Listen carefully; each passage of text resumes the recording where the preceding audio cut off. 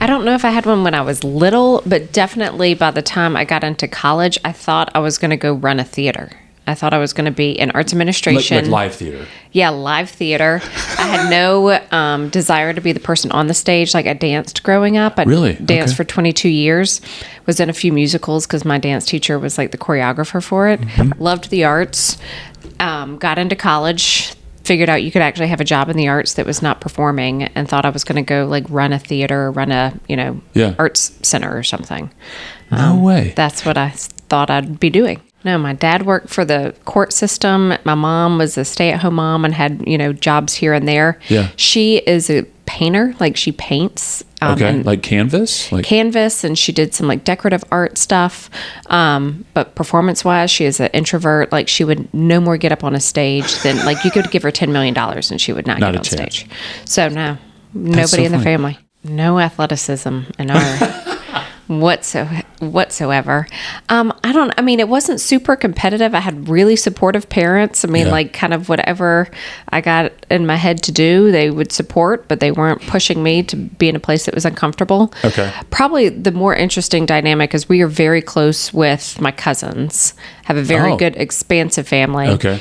My mom and her best friend ended up marrying brothers. So No way. they were friends before they were sister-in-laws. Okay. I have a cousin that is 3 months younger than me. We are best friends. She's currently CEO of a hospice down in Savannah. Wow. Then her younger brother and my younger sister are a couple of months apart. And then they had another younger brother who was born with Proteus syndrome, which is what the I did Elephant not know Man had, Oh. which was insane. He passed away a few years ago, but they thought he was going to be born a vegetable. He was not, but he Yeah. did end up having over 100 surgeries in his life. Oh, my And it was goodness. my mom, like, kept us all five all summer. When he was in body casts and surgeries, like, we were all there with him. So that was probably even more so than, like, my core family, because so much of our childhood was with cousins and additional like family, and we're still close with we have a big expansive family with lots of cousins, and where my parents' cousins are like my aunt and uncle, and their kids and grandkids are like my kids' first cousins, even though we're not. So I actually have a theater degree. Oh, you Because did? again, Okay. I thought I was going to run a theater. Yeah. Went to Furman University, Okay. small liberal arts school. Yep. They did not have an arts administration degree, which I learned was a thing that you could do. I just didn't know that until I was in school. Okay. Got very interested in kind of the running of a theater or an art center. So I took a theater class, loved it. Yep. Talked to the professor. He said, well, you should do some internships, but wait until your junior or senior year. And I thought, well, hell no, I'm not waiting. I'll do it now.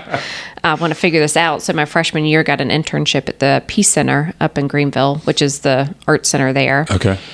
Did that, ended up doing an internship at the Kennedy Center one summer up in D.C., which is kind of where I think it really sunk in. Yep. But looking back, I found I always ended up interning and enjoying the work and development most, so the fundraising part. Interesting. So, Most people hate that. I know most people do, and Yeah. I loved it. Okay. At the Kennedy Center, I got to intern with the major gifts office, which was really cool. Yeah. And plus, it was just fun for a theater nerd. They were doing a Sondheim summer, and I got to meet Stephen Sondheim and saw so much really cool stuff.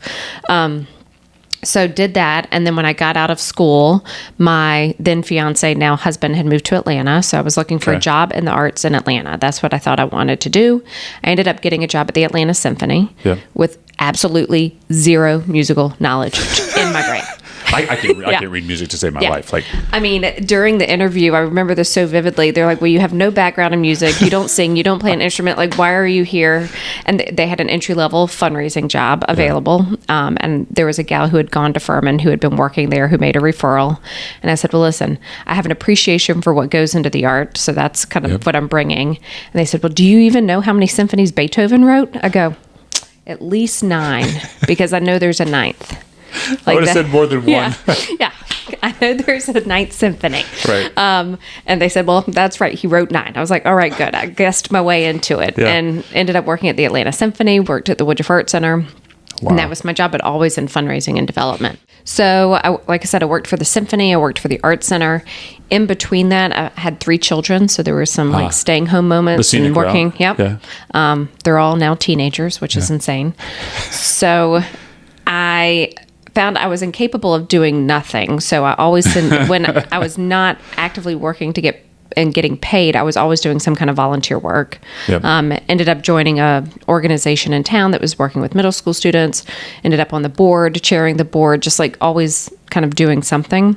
Yep.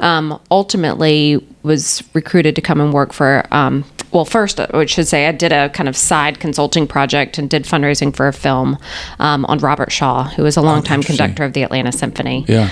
Got to know the lady who was producing it, who is still a very dear friend, and did that project while the kids were really young. I mean, I remember her coming to sit at my dining room table with like Cheerios in her hand while my kids ran amok around her, which was great. You made do. We made do, and it worked. And the film, won some awards, and it was a really cool experience. And then I was recruited to come work for a firm here in town, Cox Curry and Associates. Yeah. Because I knew Ann Curry from my work at the Art Center. She's the one who had recommended me for the film project. The kids were starting to get a little bit older, and she said, well, you can come part-time. It's great for working moms. So I did that and ended up joining Cox Curry and worked there for several years. And again, got to work on some really cool projects. I did 2 more films, including one on Maynard Jackson, and got to know his family, meet some really, really impactful people in the civil rights movement. Worked on, hospitals and parks and all things happening in Atlanta. And that's where I was first introduced to First Step. So Cox Curry was doing a lot of the fundraising, knew the founder, Greg Block. He was using Cox Curry to do all the grant writing, board governance work that I had been doing. Yep. At the time, he was going through what became the first of 3 acquisitions. So some really creative financing, just a different approach to the nonprofit. I mean, First Step is very much a social enterprise. And I think, quite frankly, I think my old boss at Cox Curry, David, used to put me on all the strange clients, like the things that were not like everything else. The Island of Misfit Toys. Yeah, like this one is a little bit different. We'll put Amelia on it. Yeah. And got to work with the founder, and they had hired a CEO and was doing all their grant writing. I was just really intrigued by the model, but quite frankly, I was working on like 6 accounts and really busy. And they were growing and getting bigger, and kept recommending they needed to bring in somebody in-house to support fundraising because they were just becoming a larger institution.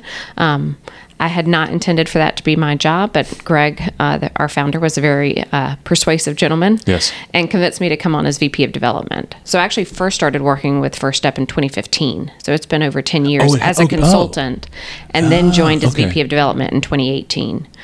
So came on board, and I didn't realize at the time they were doing their second acquisition in Philadelphia. So kind of joined in on that and got to start doing work outside the city of Atlanta, talking some national funders and seeing what it took to grow a nonprofit. And jumped in along for the ride and have been CEO since spring of 2020. So our founder was a gentleman named Greg Block.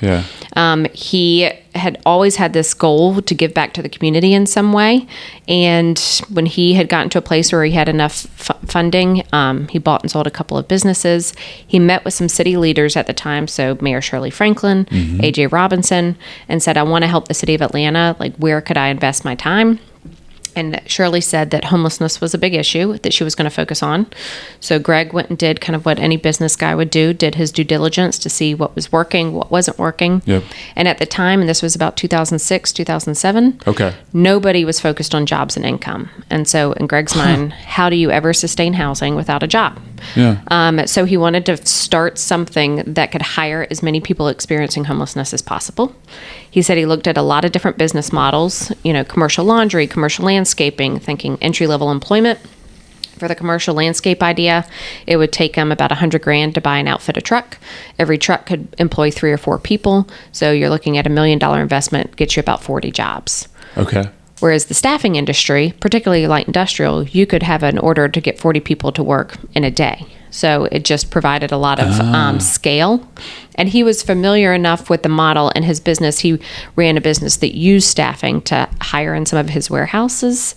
He hadn't run a staffing company, but he knew the business model. So that's how he landed on staffing as kind of the thing to start. And got started officially in 2007. And then it was really, unfortunately, Greg was diagnosed with stage 4 cancer a few years later.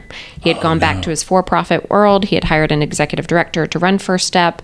But after that diagnosis, he really wanted to find a way to scale First Step beyond what it had become. And at that point, it was hiring maybe 100 people a year, had about $2 million in revenue. And again, Greg was an entrepreneur. He was a business guy. Yeah. So he said, well, if you want to grow in for-profit business, you can do mergers and acquisitions. Why can't I do that as a nonprofit? And that's about the time I met him. And he had been putting together a deal as a nonprofit to buy a for-profit staffing company, flip it to nonprofit status, and change the pipeline of people put into those jobs. So essentially to buy the book of business. Interesting. Some great people in Atlanta kind of came on board because it was kind of a crazy idea. He said it was like crawling over broken glass to get people to listen to him. It was a little out there. No blueprint, really. And nobody had done it. Right. Getting, lenders to invest in something that nobody had tried. But there were a couple believers. One was a gentleman who was at SunTrust, now Truist, Ron Austin, came alongside, saw the vision, and helped to build that first capital stack that allowed him to do the purchase. And the experiment worked, and it worked so well, we did it 2 more times. Yeah, I mean, we tell people, we run First Step like a business. And in fact, we'll internally say we're 51% business, 49% mission, because without a well-run staffing company, there will be no mission. We won't have jobs to put people into. So everything from like our financial analysis to how we're running the day-to-day organization is very focused on being a very good business. I had my former boss used to say, nonprofit is a tax status, not a way to do business. Interesting. So I think total optic. Yeah. And we've tried to get it. We have gotten the model to where we can run between 90 and 95% with earned revenue off that staffing business.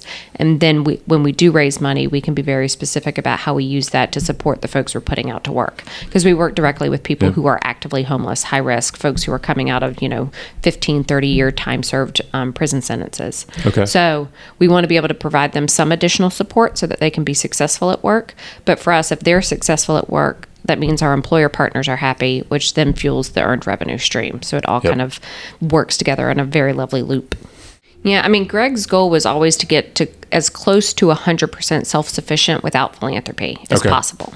And to do that and to, watch your P&Ls and your expense lines to make sure that we are being as efficient and smart around how we run the organization. His goal was 100%. We've never really gotten quite to 100%. We've gotten real darn close. I mean, we're at 95%, but that allows us some more flexibility on the types of philanthropy that we want to work with. So we do take some government funds. I'll be real honest, I take as little as humanly possible. I think they serve a wonderful purpose for other organizations. They're just not a great fit for us because there are often a lot of strings attached to that and a lot of paperwork that is required. Juice isn't worth the squeeze sometimes. That is not worth the time and energy that it does. So we have a couple of government contracts, but they're less than 1% of our budget. The rest is coming a lot from private foundations and corporations who are interested in helping to provide workforce development and economic mobility opportunities for people that are getting left out of our labor system.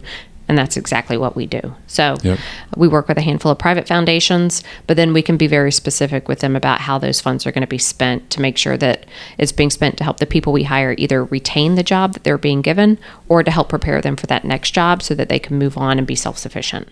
So we try and find the people that are otherwise getting left out of the labor market, right? So the folks who are getting sidelined, who want to work, need to work, apply for jobs and get told no.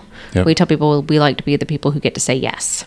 So we work specifically with individuals who are experiencing homelessness currently, like they could be couch surfing, living in their cars, still living on the street, staying in some of the local shelters.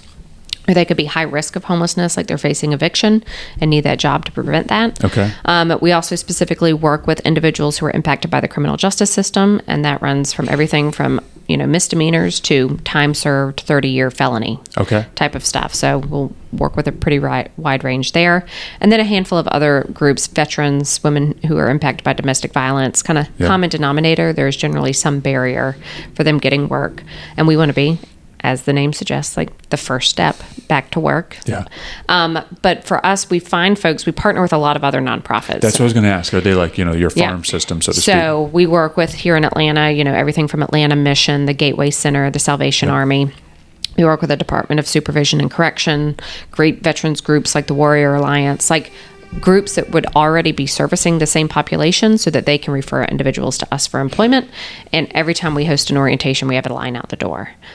So unfortunately, there's not a shortage of people who need our services, but that means we also have access to a totally untapped labor pool that we can provide back to the business community as viable employees. Our process we try and keep as barrier-free as possible. So really all we require is an in-person orientation. You do have to come to First Step, 2 forms of ID because we're the employer of record. So you have to do your I-9, all that good stuff. Yep. And we do still require a 10-panel oral drug screen. But if you have those 3 things, we're going to try and get you to work in 72 hours or less. Wow. Because we know for a lot of the folks that we serve, no income means no food, no shelter. Yeah, in some cases. There's no like cushion there, if you will. Okay. So we want to help people get working quickly. It's not a perfect science. Sometimes it's faster than 72 hours. They might be going same day. Sometimes it might be a week just based off what jobs we have available. Mm-hmm. But we want to focus on that rapid connection to work. And then we provide additional services kind of concurrent with that job placement rather than as a prerequisite before they go. So we provide transportation is a big one for us. We provide a lot of transportation because that's a huge barrier for folks. Yep. And then we provide some additional support, everything from some housing support, training, financial literacy. A lot of folks come to us unbanked and we want them to kind of have a banking opportunity. It's real hard to get out of poverty without a bank account. Yep. So we're providing some of those additional services, but it always happens after the job placement. Well, first on a couple of things. One thing that we've learned, the value of this first step beyond even the paycheck, right? Because our assumption was, well, people need income for food and shelter. Yeah. We started a few years ago, one of my team members started doing this, interviewing some, and we call the individuals we serve clients. Yeah. And interviewing those clients and asking, like, tell us what having a job at First Step means to you. And to a T, none of the hundreds of people we have interviewed, nobody has ever said paycheck. They always say the intangibles: hope, a chance to control my life, dignity. Like the meaning behind that first step, I think it's almost unmeasurable. We can tell how many people got a job. We can tell you how much they made because we're the ones paying them. Right. We can talk about wages and job retention, but I think sometimes it's the intangible and the chance you walk in and you've applied for 40 jobs and they all said no because you have a felony background, and you walk in here and you walk out the door with a job that starts tomorrow. Like there is a mental shift that happens for people. I can't imagine. Yeah. So that's the biggest impact. And then around kind of that next step, like I said, it's called First Step for a reason. Like we don't intend for this to be where people stay, but we also don't force people to leave if they're not ready. And what I have seen is everybody's got their own journey. So sometimes people work for us for 90 days and they're ready for that next step and they move on to employment and they don't need us. We have some people who have worked for First Step at our various accounts for 6+ years. A lot of them might have more egregious felonies. It's hard for them to get jobs elsewhere. They're working consistently enough to pay for their own apartment. They are content, happy, self-sufficient. They're just staying on our payroll. So I think allowing for that personal agency for people that often have their agency kind of stripped away from them and somebody telling them what's good for them, to allow them to do it on their own path is where we're really trying to go, so we can offer these opportunities for training, for financial literacy, for banking, but we don't force it. And so that somebody can do that on their own timeline. But ultimately our goal is, as much as we can, everybody is moving on from First Step and has a long time job, career that they're excited to show up for, and they can support themselves and a family. We do have a fully engaged sales team and do everything a traditional sales team would do, LinkedIn to like showing up at the warehouse door with some cookies and asking to talk to the plant manager. We've done it all. But a lot of times, so we really focus in on a couple sectors that are already using staffing. Like my whole bit is we're not trying to convince somebody to change their hiring model. Got it. Staffing in the U.S. is like a $300 billion industry. Oh my gosh. We're just carving out a tiny piece of it, quite frankly. We focus really on the light industrial, manufacturing, and hospitality industries. So a lot of the work that we do might be in some manufacturing and logistics warehouses. One of our biggest employer partners here in Atlanta is 1-800-Flowers. They own Harry and David, among like 17 other brands. They have a big need, particularly around the holidays, for picking, packing, putting stuff out that we all order to our doors every day. But then we also work with some of the sports teams. We have a contract here with the Hawks in town. We've worked out at the Battery. We work with the Phillies up in Philadelphia. Yeah. So, sports teams, events facilities. And then we do work with some cities. So a lot of governments will use staffing for their parks and rec, their watershed management, their parking services. Yep. So we're working here with the city of Atlanta. We work with the city of Orlando. So if there's those opportunities, those are always great jobs too. So we're in a few different buckets, and we're always looking for more employers, because more employers means more jobs, means more impact. So it's a constant for us. Yeah, I mean, the secret in staffing is that number changes almost daily. I believe it. It's like the stock market, right? Like up and down. Yeah. Where we are, I would say probably at least for the last 2 years, we have had more jobs than people. Like I said, we have to control we've had more people than jobs. I say that backwards. We have a line out the door every day of people coming to apply. Anytime we have an orientation, the rooms are full. And right now what we need is more jobs. Got it. So jobs is the focus for us. Like I said, unfortunately, I don't think that people we serve, those numbers don't seem to be getting better in a lot of cities. Understood. The homeless numbers are going up in a lot of cities. Incarceration numbers are still huge. Yep. So we just are trying to figure out what we can do in that ecosystem. But we've got way more people than jobs right now. I literally get a call a week, if not more, about opening in another city. It's crazy. And it is coming from a few different places. We might get it from one of our employer partners. Okay. Which is how we've opened a couple of cities, Dallas, Nashville. We had employer partners that we already had contracts with that had a big hiring need in another city. Yep. And they liked not even our nonprofit status, they liked the customer service. They liked that we had people showing up on time every day because we provide transportation to make sure they show up. So from that perspective, they wanted to work with us in another market. So we field those constantly. Okay. We get requests from other municipalities, mayor's offices, the head of the homeless service division for a city, learning about our model and wanting to see if we can bring in that into their ecosystem. Because again, I think people recognize it's really hard to sustain housing if you don't have a job. Yeah. There's only so much, supportive housing we can or should build in the world.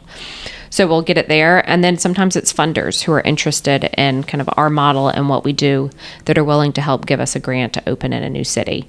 So when we evaluate it, we know the first thing we need is jobs. Like without a job contract, it's a staffing business model. Like we can't do anything. So we're either working off those national employer relationships that we have or leaning on whoever has invited us into the city to make those connections so that we can get jobs contracts. The second is people. We have to have people to fill the jobs. Yeah. So we do a lot of work talking to the local nonprofits, making sure that they see us as additive and not duplicative, because they're our pipeline for people, and we rely on them for that, especially initially. And then the third is just funding to launch the market so it doesn't put pressure on the rest of the organization from a cash flow perspective. So we're looking for some initial seed funding to launch. But if those three things are in place, there's a lot of places we could go. The other thing I'm considering is my internal team and not burning them all out so they run for the hills. So internal bandwidth, opening new cities, no matter what you do, takes a lot of work. A lot. So we have a great team, but I don't want to have them burn out and not be successful where we are opening. So kind of making sure the timeline matches too. No, I mean, we compete against for-profit staffing companies. Oh, okay. Even though we're a nonprofit. Because we're wanting the same types of contracts that they have. We do market rate pricing, so we're not over or underpricing kind of what we're doing, because there is a fee associated with it. So that's our competition, is getting contracts that are otherwise might be going to the for-profit staffing industry and having to stay competitive from a pricing to a customer service standpoint. Yep. So that's where we compete. There are other similar mission-aligned staffing enterprises. There's a group called the Alternative Staffing Alliance. Okay. It is a gathering of mission-based staffing. Tax status does not matter. For-profit, nonprofit, B Corp, they all exist. We're one of the largest in the country at this point, just from a size and location standpoint. So there's not a lot that have achieved scale, but there are others that have kind of a similar mission behind them. I mean, and most recent, and this is kind of affecting almost every industry, is technology and AI. And it's affecting to some extent our customers, our employer partners, and what their hiring practices and headcounts need to be as they're adjusting with new technology and automation. Right? Like roller coaster. Right? Like they're adjusting to it. And then in the staffing industry itself, there's all kinds of things. There's now staffing companies where the entire experience is AI backed. You never talk to a human. You apply for a job. There's a company putting in a job order. The AI does the match. It sends you a text message, tells you where to show up. You never talk to a human being throughout the entire process until you show up to the job, which is creating. That's kinda weird. Yeah, it's very strange, which is even weirder since we're in the people business. So there's a lot of work trying to figure out, like, how much of that do you bring in? We're never going to be fully AI backed. We like to have the interaction with the folks that we hire. I mean, during COVID, we never went home. This was an in-person experience, even through that time. But there are things happening in the industry that I think for us to stay competitive, we have to stay on top of, because it will affect pricing. It will affect what our employer partners expect out of staffing, right? Because they are engaging in different ways. Rather than, calling up their, recruiter or the branch manager to have a question, they can plug something into an app and expect a response. So I think we're thinking right now about what does that need to look like for us while we stay very people-centered, because we know we're still going to be, working hand in hand with the folks that we hire. And wanting to do that in person. So that's where I'm seeing the latest kind of disruption and what we're trying to adjust to. We're literally in the process of finalizing our strategic plan, thanks to a lovely team at Accenture that is working with us. Oh, wow. And doing that pro bono, which is even very much nicer of them. So we're working through that. And how far does that look out? It's a 3-year plan. Okay. And we're asking exactly those questions, like, do we want to be in more cities? And what does that look like? Do we want to make sure that we kind of are right-sizing our current markets and investing in those? And then, again, how do we think about technology being a part of our ecosystem, either through kind of the job placement recruitment side, or quite frankly, on the wraparound services that we provide? Like, are there ways that we can have people have additional upskilling opportunities that are virtual? And what does that look like? So offering kind of that level of service and where we want to invest those dollars is changing too. So I don't know that I quite have the answers yet, but hopefully I'll have them at the end of this process, because it is, interesting to think about how we stay competitive in the market of staffing that we're in and continue to make an impact on the lives of the people that we're hiring, and finding that balance. Yeah, I mean, because part of we have been providing some direct access to upskilling opportunities since 2018. We started in construction. There's a wonderful group in town called Construction Ready. They were willing to work with us to figure out hybrid schedules so that people could continue working while they were through training. Because, I mean, there's a lot of great training programs out in the world that are free to the people that we support. Wow. But they can't afford to take off work to participate because the trainings might be all day. They're Monday through Friday, 9 to 5. Well, even if it's only a 4-week training, the individual has no income coming in. So how do they, again, afford those basic needs? So we've been really trying to focus on and find kind of a earn and learn training providers, so that either they're working for us and training at alternate times, or the training can happen on the job site. Like, as much as we can provide that access, providing a stipend so they have basic needs met while they're in the training.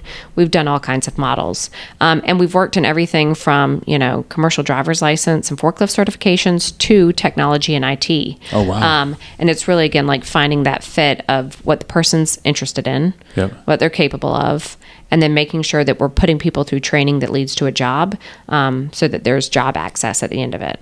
And we are working with a ton of partners, and we'll continue to do that work. We're fine-tuning how we deliver some of it over the next year or so. But yeah, that's the ultimate goal, right? Is somebody that's incredible.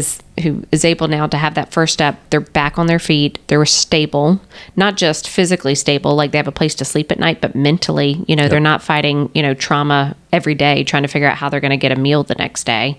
So mentally, they're in a different state.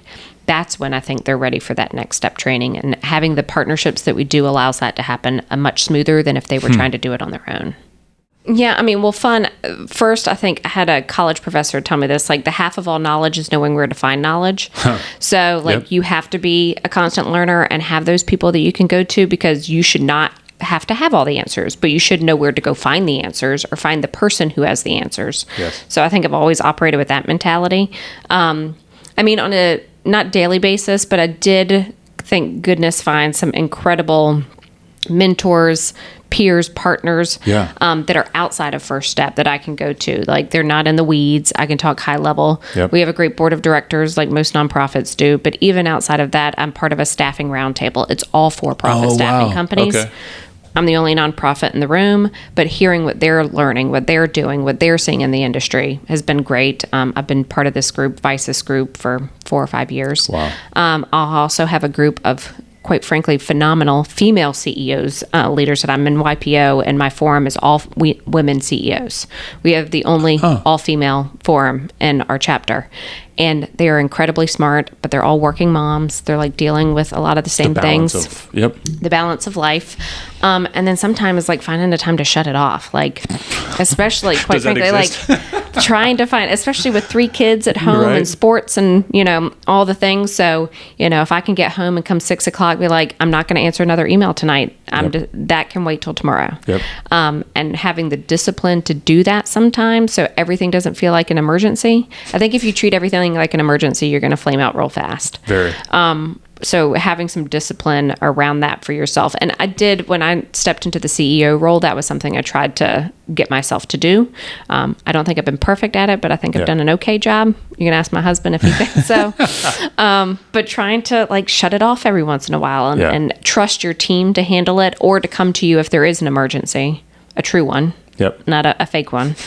That you've got a great team and you can step away for a second. And that also, I think, allows me the brain space to think about the strategy, right? If I'm not dealing with the crisis of the day, but I can think through like, how are we thinking about technology? Who can I talk to about that? What demos do I want to do? So I get educated on it.